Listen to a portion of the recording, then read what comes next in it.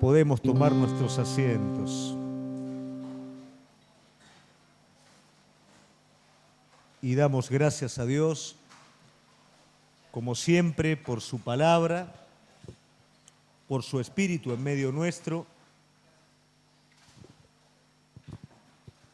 Y yo soy reiterativo. Me gusta repetir las cosas, ¿no? Porque para mí el clavo nunca entra con un solo golpe ni con dos golpes. Hay que pegarle hasta que entra. Los días jueves es muy importante que nosotros podamos entender. El día jueves es un día de trabajo. El día sábado es una fiesta. Nosotros venimos, recibimos, nos ponemos lindos. El día jueves venimos con la pala, con el mameluco, venimos a trabajar. Desde la mañana temprano. Es un tiempo de ayuno, de oración. Es un tiempo en donde decidimos dar un paso más. Es un tiempo en donde decimos lo que tenemos hasta acá no nos alcanza. Queremos ir por más. Y por eso dedicamos ese tiempo a buscar al Señor. Oramos a la mañana tempranito por la vida de cada uno de todos los que están acá, por sus familias, por todo, cada uno de ustedes. Buscamos al Señor para eso. Y también a la hora de compartir la palabra, compartimos generalmente alguna suerte de estudio bíblico que permita edificarnos, que permita darnos herramientas para poder desarrollar todo lo que Jesucristo nos ha dado. Si no, es muy fácil que el viento nos vaya llevando, es muy fácil que la corriente nos vaya llevando. La palabra de Dios dice que vos vivís por medio de la fe porque vos sos justo, ¿o no? Estamos acá, ¿no? Yo por las dudas pregunto. Vos sos justo y como justo vivís por medio de la fe. Y la fe no son emociones fuertes. La fe no son sentimientos fuertes. La fe no son condiciones favorables. Es confiar completamente en aquella palabra que Dios pronunció. Vos descansás en esa palabra, te parás arriba de esa palabra y vivís a partir de esa palabra. Esto suena muy lindo mientras estamos todos juntos acá, pero cuando agarramos la puerta y salimos a vivir nuestro diario andar, nos damos cuenta que cuesta. Entonces, ¿qué pasa? El día jueves nos juntamos, nos edificamos, fortalecemos, peleamos como cuerpo de Cristo las batallas que el Señor nos dio para luego sí salir y seguir en victoria. ¿Amén? Entonces, venite con la actitud del que trabaja, venite con la actitud del que pelea. Venite con la actitud de arrebatar aquello que el Señor preparó para tu vida. ¿Amén? Bueno, dicho esto, hoy vamos a compartir un tema. Le puse como nombre el extravío y tiene que ver con lo que ocurre en nuestra vida como cristianos, como hijos de Dios, cuando de alguna manera perdemos la brújula. Cuando nos extraviamos. Probablemente para poder entender un poquito esto, tendríamos que tomar como ejemplo lo más sencillo. Un niño que se extravía. ¿Por qué se extravía el niño? Mientras está en contacto con el papá, no hay problema. Aunque no sabe ni para dónde va, ni en dónde está, pero sabe que está en contacto con el papá. Y esa seguridad con el papá es tan grande que en algún momento le suelta la mano al papá y se va a ver la vidriera con los chiches, con los juguetes, las cositas de McDonald's, se va a ver todo eso. Cuando se dio vuelta de nuevo a agarrar al papá, se encuentra que el papá no está y el niño se perdió. Suele ocurrir también cuando uno sale de vacaciones a lugares como el sur, ¿no? Que va con travesías con guías y está el bosque y uno se siente seguro. Está con el guía y por ahí siempre hay alguno que se cuelga y se pone a sacar fotos para otro lado y cuando se quiere dar cuenta ya se fueron. Y uno ve, tengo árboles por acá, ríos por acá, pero la verdad no sé para dónde ir. Y se pone complicado, porque si vos agarrás para un lugar que no conocés, no sabés si te estás acercando o te estás alejando. ¿Qué es lo mejor que puede hacer el niño cuando se pierde o el turista cuando se pierde? Quedarse en ese lugar y comenzar a los gritos. El niño, papá, el turista, muchachos, guía. Se va a encontrar de nuevo y va a retomar nuevamente el camino. Bueno, esto suele ocurrir en nuestra vida como cristianos muy a menudo perdemos el rumbo. Perdemos el rumbo porque nos confiamos, perdemos el rumbo porque interpretamos el camino a nuestra manera, pero algo que siempre tenemos que entender, que el que le da dirección al camino es Él. No hay un camino establecido. Por eso muchos dicen, Señor, decime qué tengo que hacer. Y el Señor te dice, seguime. El Señor te dice, permanecé conmigo. De esa manera vas a saber lo que tenés que hacer. Generalmente nosotros queremos un camino, una dirección, sin Dios. O que Dios la bendiga, no que Dios la camine con nosotros. Y el secreto de la bendición en el pueblo de Dios es que Dios camine con su pueblo. Por eso Moisés, luego de tantos años de espera, de trato, ¿qué es lo que entiende? Que su pueblo iba a tener una característica distintiva si el Señor caminaba con ellos. ¿Qué es lo que nosotros hoy tenemos que entender? No tiene que ver hacia dónde voy y qué hago. Tiene que ver con que Él camine conmigo. Y eso va a ser lo que me va a dar a mí la característica distintiva como hijo de Dios.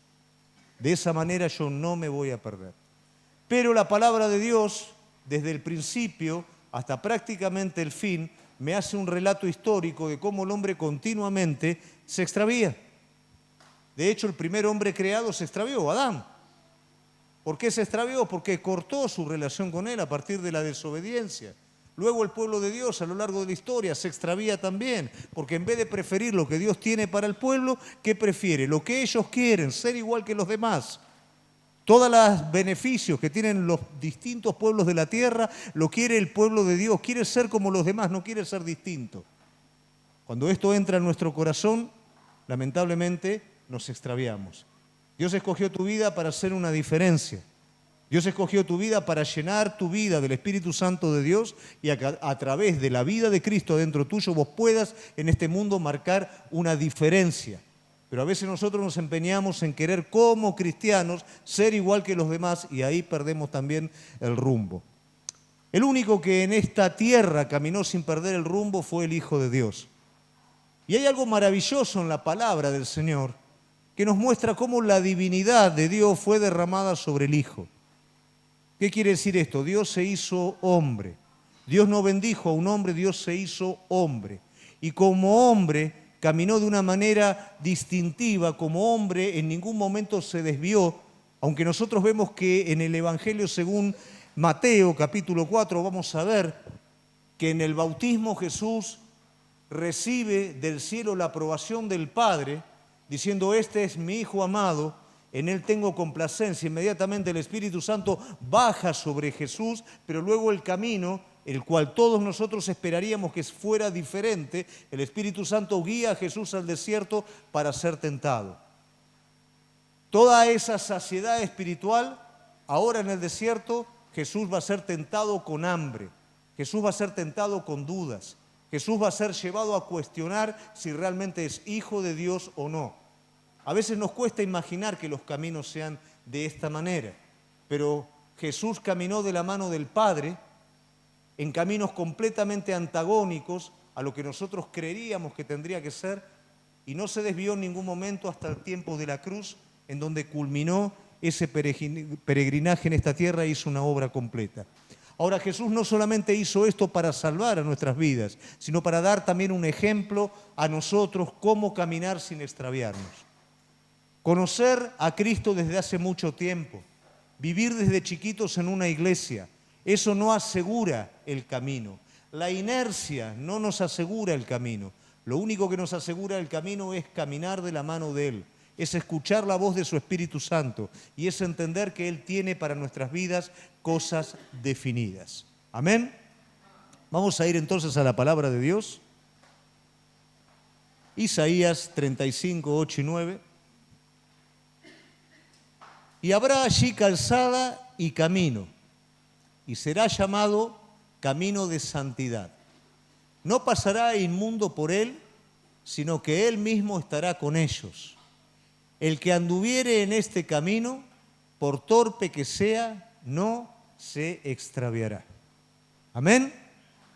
Yo lo invito, no solamente hoy, lo invito cada jueves, tráigase su cuadernito, en el celular anote en la parte de notas, las citas bíblicas, para que después cuando vuelva a su casa usted lo puede repasar y eso puede quedar en usted.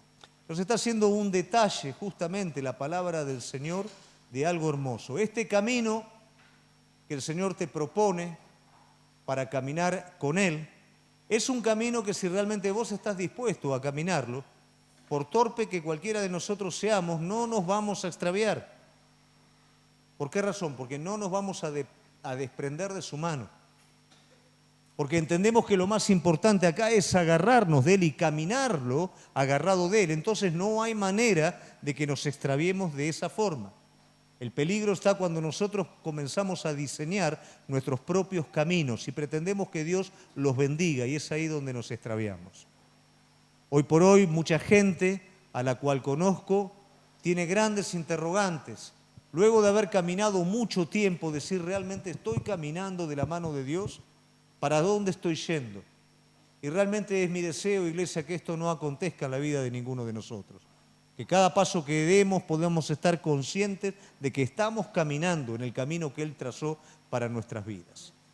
Entonces, lo primero que nosotros tenemos que entender en esto, y esto no es para alguno, esto es para cada uno de ustedes, el Señor ya determinó un camino para que cada uno de nosotros caminemos. Camino que tenemos que caminar de la mano de Él, pero ya está determinado. Y yo creo que no existe una seguridad más grande y algo tan hermoso como entender que Dios ya determinó un camino. Hay personas que con sus dudas existenciales pierden prácticamente toda su vida, no emprenden cosas porque no saben realmente qué tienen que hacer, qué no tienen que hacer. El Señor dice, yo preparé para vos un camino, ya está definido, no es otro camino. No te vas a equivocar si lo caminás de mi mano, y si lo buscás lo vas a encontrar, pero ya está desde siempre. Y yo no te digo esto para animarte, yo te digo esto según la palabra de Dios. Efesios 2:10. Pues es Dios quien nos ha hecho.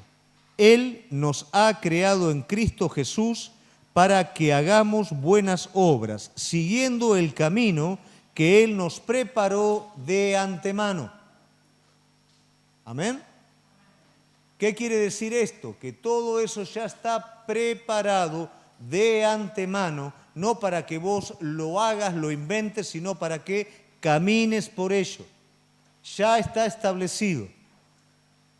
Qué triste que es personas que jamás en la vida abren su corazón a Cristo y todo ese propósito queda pendiente a lo largo de toda su vida. Hicieron cualquier otra cosa, vivieron para sí mismos, no dejaron nada significativo en esta tierra, en este mundo. Perdieron su vida en otras cosas que no aprovechaban y dejaron virgen ese propósito que había sido preparado desde la eternidad para ellos. Que ninguno de nosotros, iglesia, caigamos en este error. Que podamos entender que hay algo definido. Tampoco tenés que querer lo que el otro tiene. Tampoco tenés que envidiar a otro. Tampoco te tenés que comparar con otro. Dios tiene algo definido y de la mano de Él lo vas a descubrir. Amén. Salmos 32, 8 y 9. Lo maravilloso es que uno dice, bueno, qué lindo, pastor, pero ¿cómo hago yo para saber ese camino? Bueno, Él se compromete a enseñarte ese camino. Te haré entender y te enseñaré el camino en que debes de andar. Sobre ti fijaré mis ojos. No seas como el caballo o como el mulo sin entendimiento, que han de ser sujetados con cabestro y freno, porque si no, no se acercan a ti. Hace un contraste de la actitud opuesta a ser enseñado en los caminos de Él. ¿Qué hace el buey o el mulo? El buey o el mulo se dispara por su propia cuenta. Para poderlo encaminar nuevamente hay que ajustarle, hay que ponerle riendas para traerlo nuevamente al camino. Entonces no seamos así, nos está diciendo, porque yo te voy a enseñar, yo te voy a hacer entender. Y el secreto, si no, no se acercan a mí. Nos confundimos y nos extraviamos cuando nos separamos. Cuando nuestra relación comienza a ser distante, cuando nuestra relación comienza a ser esporádica, cuando comienza a convertirse en algo religioso. A partir de ese momento nos comenzamos a extraviar. Pero cuando nuestra relación es fresca cada día, cuando yo me levanto a buscarlo a Él cada día, cuando Él tiene la prioridad en cada momento, esos caminos cada vez se van a ir abriendo delante de nosotros y nos vamos a ir dando cuenta. Y vamos a escucharlo a Él y vamos a entender. ¿Por qué, pastor, no entiendo a veces? Por la distancia.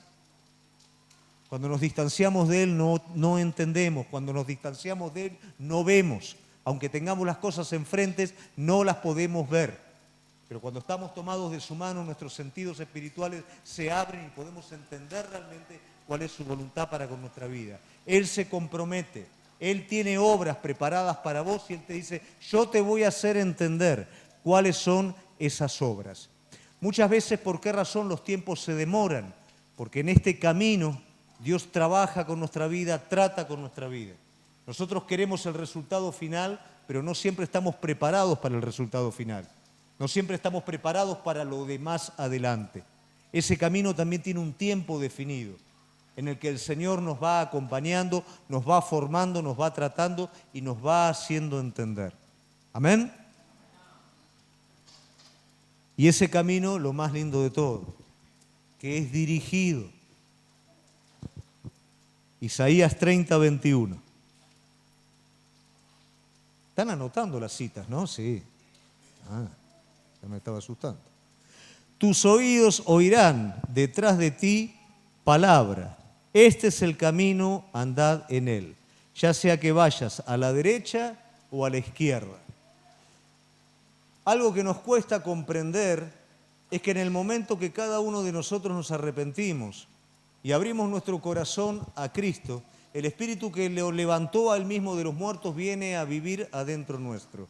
Y esta voz, en la medida que nos vamos acercando, que aprendemos a discernir las voces de nuestro corazón engañoso con la voz del Espíritu Santo, nos vamos a dar cuenta que el Espíritu de Dios es el que nos va a guiar. A veces no nos gusta cómo nos guía, porque a veces estamos ansiosos por avanzar cuando el Espíritu Santo nos está diciendo, quédate quieto, esperá. A veces estamos demasiado cómodos y nos está diciendo, salí de ahí. Entonces el Espíritu Santo de Dios tiene una dirección y un tiempo para con nuestra vida. Y si nosotros estamos abiertos a esto, Él se encarga de dirigir la vida de cada uno. Por eso que esto no es una religión muerta, esto es algo vivo. Tu comunión con el Espíritu Santo de Dios es algo vivo. Nosotros sin esa comunión no podríamos estar avanzando ni aquí en Martínez, ni siquiera, ni mucho menos en África. Pero cada vez que el Señor dirige, cada vez que el Señor habla, te lleva a hacer cosas que ni siquiera con tus fuerzas naturales vos podrías hacer. Pero para eso nos tenemos que sentar, muchas veces tenemos que esperar en la presencia de Dios hasta que Dios hable. Amén. Entonces, esto es muy importante y esto es lo que tiene que desafiar tu vida. Saber que Dios tiene algo preparado para vos de antemano, desde antes de la fundación del mundo. Y esto solucionaría las dudas existenciales de muchos. ¿Cuál es mi propósito en este mundo? Tu propósito en este mundo es entrar en las obras que Dios preparó para vos, no otras, no cualquier cosa. Y pero yo cumplo, pero yo hago esto. Está bien, hay un montón de cosas buenas que podemos hacer, pero no son determinantes. Hay un propósito definido para vos, el cual el Señor te quiere enseñar, el cual el Señor te va a mostrar y te va a guiar en ese propósito. Amén. Para los de homilética, ese es el primer punto. Segundo punto, que están estudiando homilética.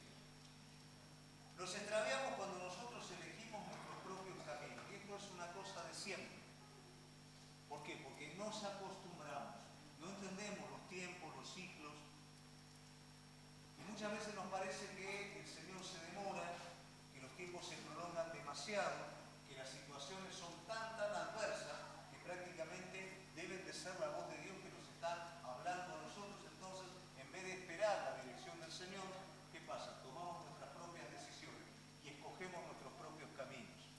Y ahí es donde nos tornamos religiosos. Ahí es donde perdemos el rumbo. ¿Por qué? Porque llegamos a un punto en donde el Espíritu Santo nos venía guiando, en donde veníamos entendiendo, pero ahora como ese chiquito que perdió el agarrarse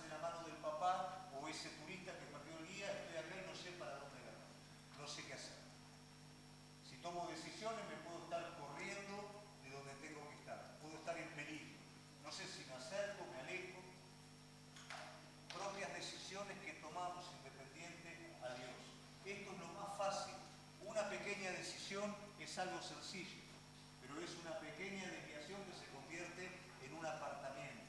Si yo realmente no vuelvo, continuamente es algo que va a acontecer en nuestra vida.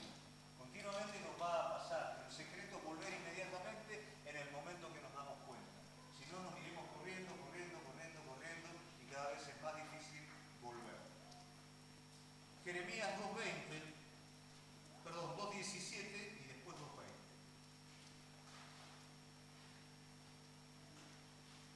El profeta habla de parte de Dios al pueblo y dice: ¿no te acarreó esto, el haber dejado a Jehová tu Dios cuando te conducía por el camino? ¿Qué está pasando con el pueblo de Dios?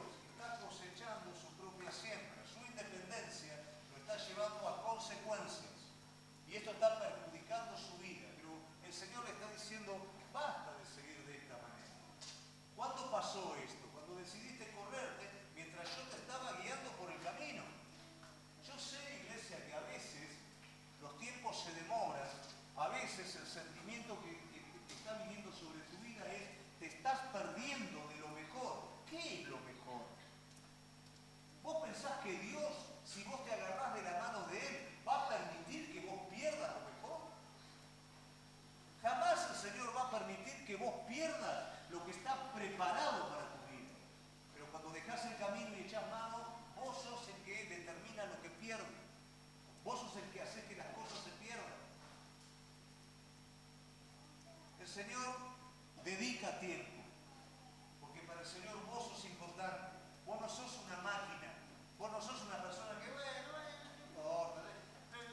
lo que pueda. No, pará, yo lo voy a pulir. Yo lo voy a formar, yo voy a tratar, yo sé hasta dónde llega, yo voy a hacer lo mejor en la vida de él y voy a usar mis caminos para formarlo. Pero a veces nos cansamos del trato, nos cansamos de la formación y nos corremos. Y el corrernos, ¿qué es lo que nos acarrea? No es que Dios te castiga, nos castiga nuestra propia independencia, las consecuencias de lo que hacemos independiente a Dios. Eso es lo que nos castiga, no Dios, el corrernos. Entonces le está diciendo el Señor al pueblo: lo que estás pasando ahora es porque te corriste cuando yo te estaba guiando. Jeremías 2:20 dice: porque desde hace tiempo rompí tu yugo, arranqué tus coyundas, pero dijiste: no serviré. ¿Qué quiere decir con esto? Desde hace mucho yo te liberé, yo te coloqué en el camino, yo te hice libre para que vos pudieras correr en libertad en el propósito que yo soñé para tu vida. Pero en un momento que dijiste: no serviré, se terminó, hago la mía. Y esta es la constante a lo largo de todos los tiempos, y esto es la constante en el presente. Nos cuesta ser dirigidos por el Espíritu Santo, nos cuesta tomarnos de la mano de Él. Y a veces nos creemos tan autosuficientes y tan seguros en nosotros mismos. Yo siempre pienso, ¿no? Una pequeña ley de la que nosotros estamos acostumbrados o con la que nosotros convivimos, si fallara simplemente un latido de nuestro corazón que se corriera de tiempo, un poquito de la capa de ozono que se abriera más sobre nuestras vidas, la ley de gravedad que fallara, el clima, algo, el sol que saliera 5 minutos más tarde, cualquier ley divina establecida fallara, ahí se terminó todo lo nuestro. Vivimos en la gracia de Dios, vivimos en la mano de Dios. Y Dios tiene paciencia en trabajar en nuestra vida y llevarnos a su camino. Pero nosotros nos sentimos demasiado seguros en ciertas instancias y decimos: no, basta, lo mío. Y ahí es donde nos extraviamos.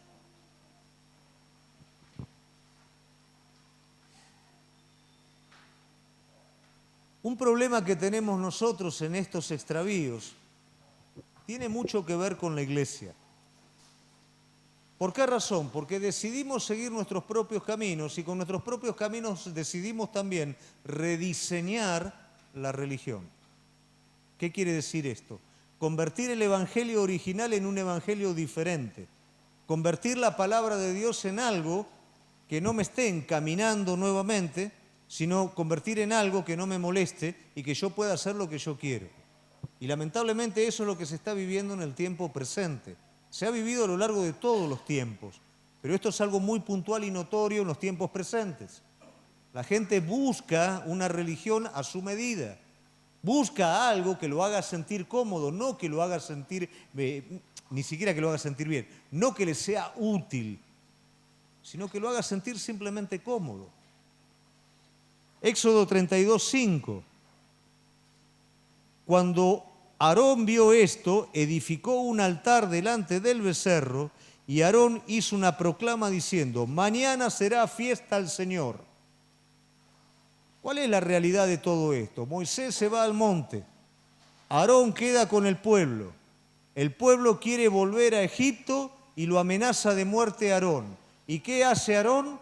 Fabrica ídolos para que el pueblo pueda adorar esos ídolos y él proclama fiesta para Dios a partir de esos ídolos que él levanta.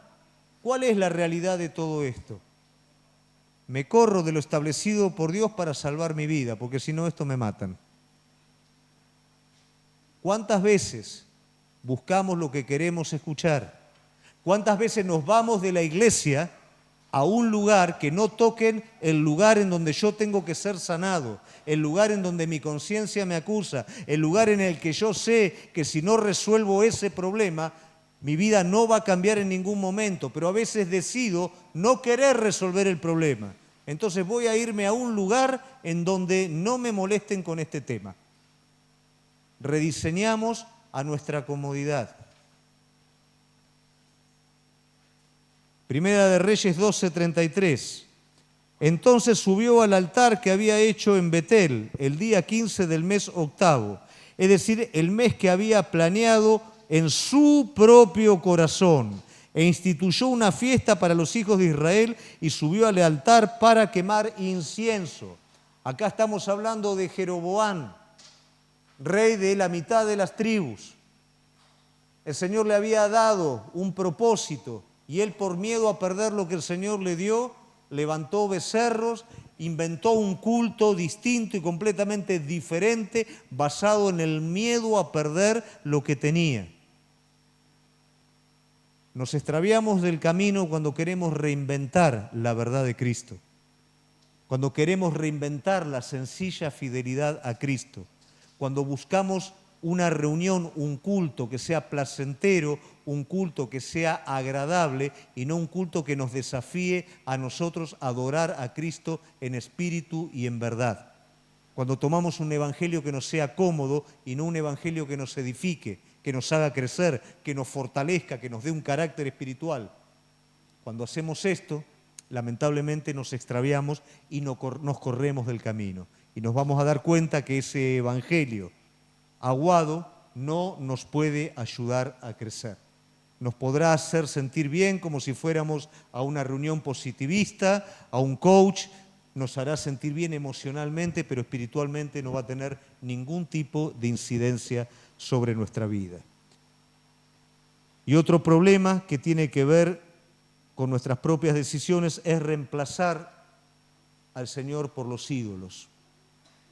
Deuteronomio 28:14, luego de una bendición, dice: y si no te apartares de todas las palabras que yo te mando hoy, ni a diestra ni a siniestra, para ir tras dioses ajenos y servirlos. En medio de esta bendición hay una advertencia o hay un condicional, que toda la bendición va a estar sobre el pueblo si el pueblo no se corre a servir dioses ajenos. El ídolo, como ya lo hemos hablado cuando estudiamos la carta a los Corintios, es un producto de nuestra propia imaginación, es un producto de nuestro propio corazón. A un ídolo nosotros le damos vida con esperanzas. Un ídolo puede ser un trabajo, un ídolo puede ser una persona, un ídolo puede ser un ahorro, puede ser lo material. Hay 10 millones de ídolos que ninguno tiene poder sobre nuestras vidas, sino que el poder se lo damos nosotros. Y le damos ese poder cuando confiamos, cuando ponemos nuestra esperanza completa en ello. Pero cuando hacemos esto, lo que estamos haciendo automáticamente es sustituir a Cristo por el ídolo que nosotros hemos creado. ese ídolo no tiene la capacidad de moverse salvo que nosotros lo movamos. No tiene vida en sí mismo salvo que nosotros creamos y pongamos nuestra esperanza en ello. Y lo que nosotros generalmente solemos hacer es sustituir a Cristo en nuestro corazón por el ídolo que nosotros edificamos. Cuando el pueblo está edificando becerros, los becerros de oro, por supuesto, no hacen nada. No hay nada, no hay un Dios becerro en el cielo, no existe eso. Ellos están diciendo, hacemos una excusa porque nosotros desde siempre quisimos volver de nuevo a Egipto.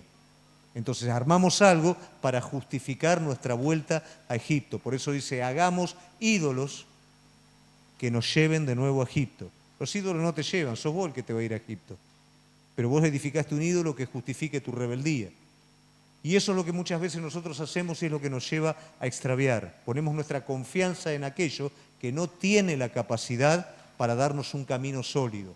Mi trabajo, ¿sabés cuántas personas depositaron su vida entera en su trabajo y al poco tiempo fueron despedidos por ello?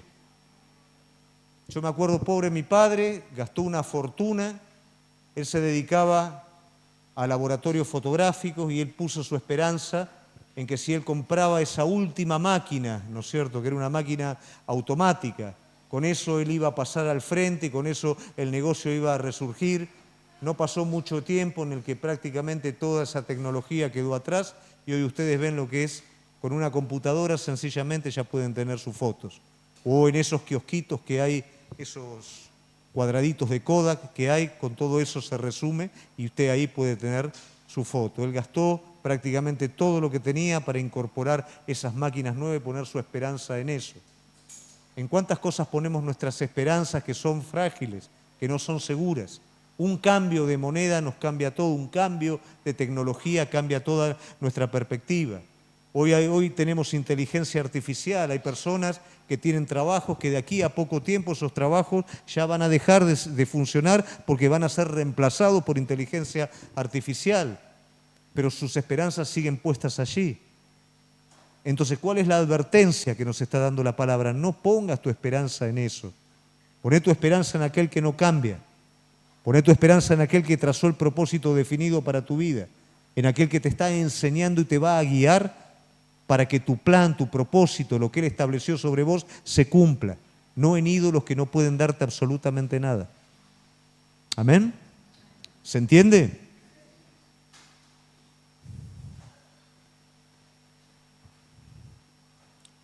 Otra actitud que tenemos al respecto es la de volver atrás.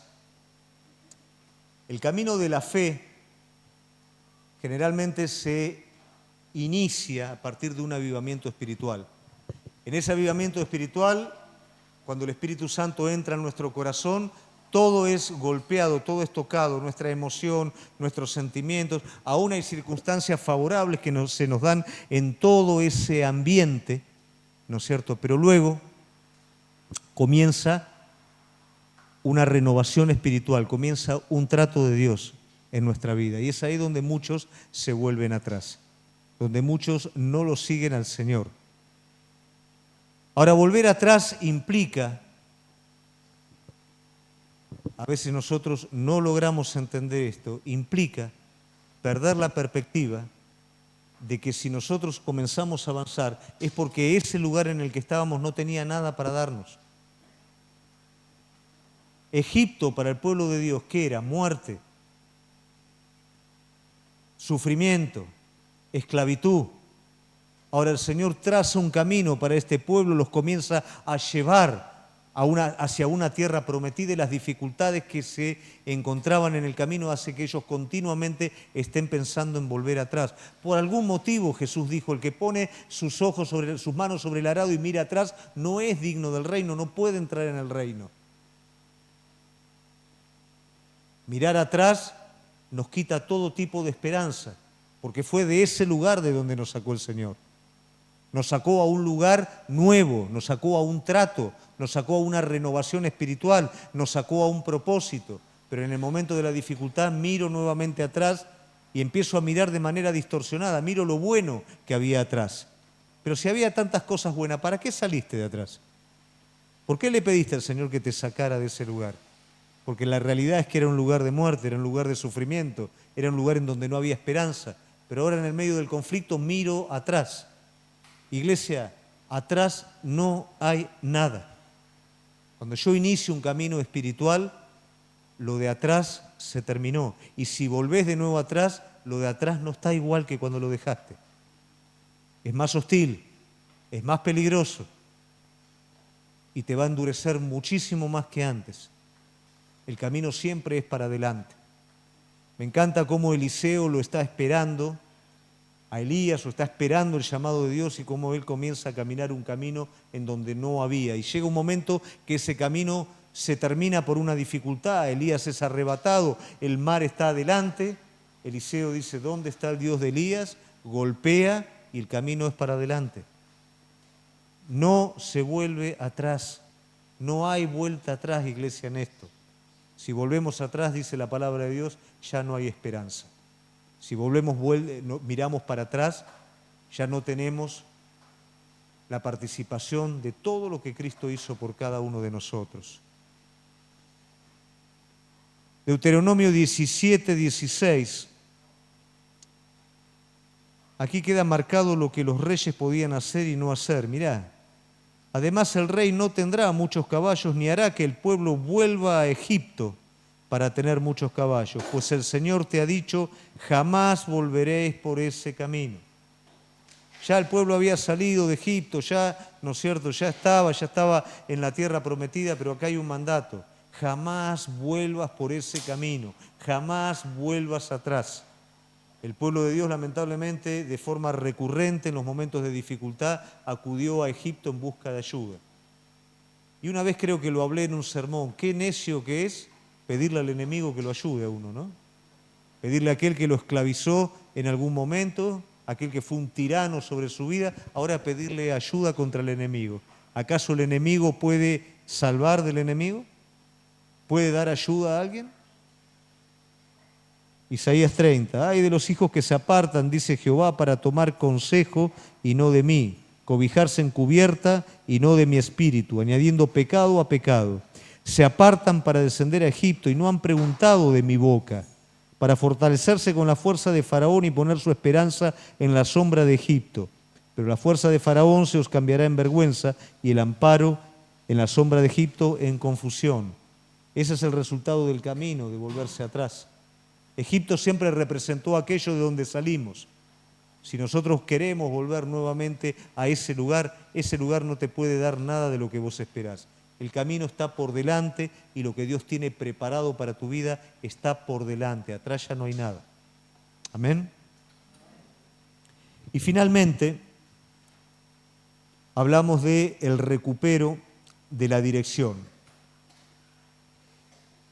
En el Evangelio según San Mateo, es muy lindo ver cómo Juan el Bautista y Jesús se complementan. Prácticamente son los dos que hablan el mismo idioma espiritual en ese momento.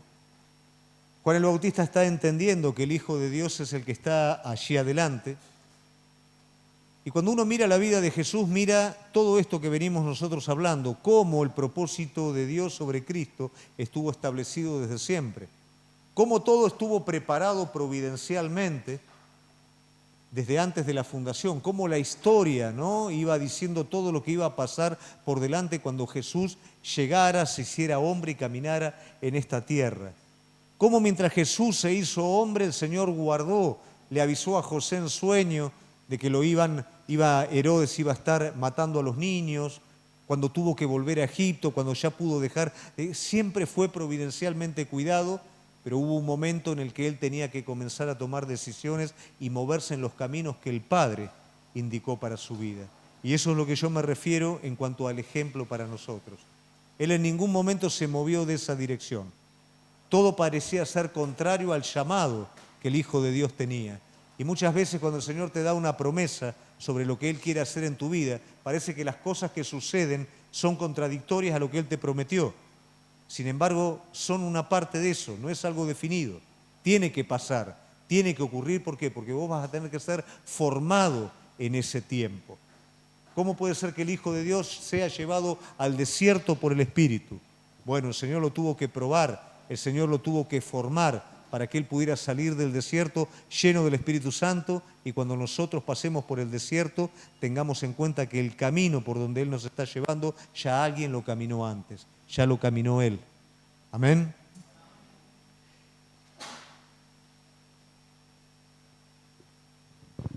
Juan el Bautista hablaba de cómo poder establecer este camino en nuestra vida.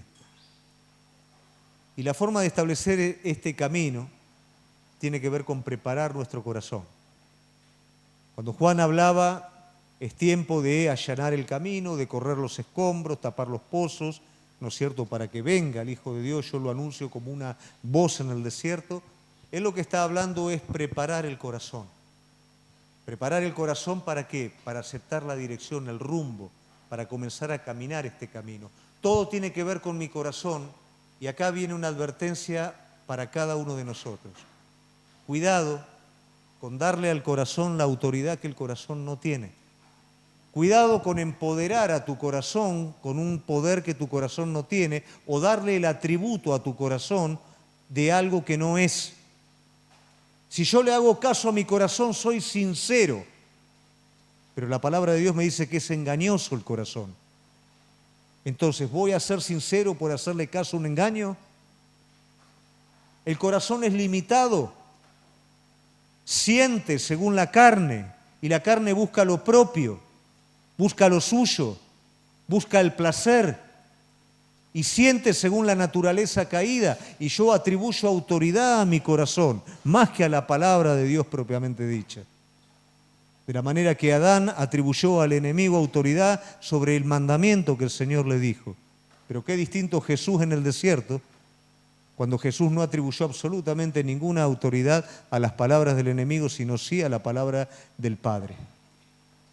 Y eso es lo que tiene que estar presente en nuestra vida si nos vamos a mantener en el camino. Tu corazón te va a hablar mil cosas. Tu corazón va a presentar situaciones, imágenes, sensaciones tan presenciales, tan reales, que después cuando pasa la emoción te vas a dar cuenta que no es así. Esto es lo óptimo y mi corazón me lo dice. Y después te das cuenta que es un desastre. Mi corazón me dice que esta persona, y después esta persona,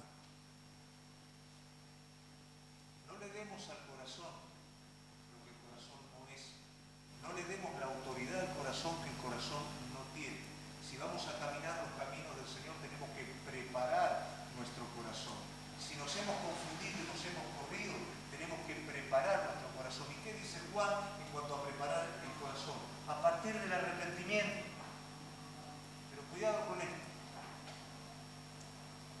El arrepentimiento tiene que ver con algo, iglesia, tiene que ver con cambiar de dirección.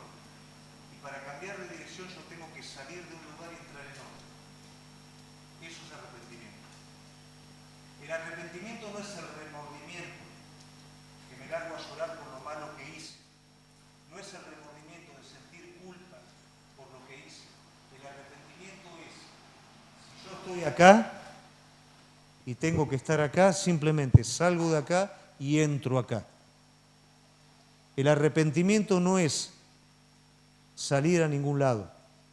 Si salgo de un lado, tengo que entrar en el otro. Si salgo del pecado, tengo que entrar en Cristo. Si salgo de la autosuficiencia, tengo que entrar en la dependencia de Él.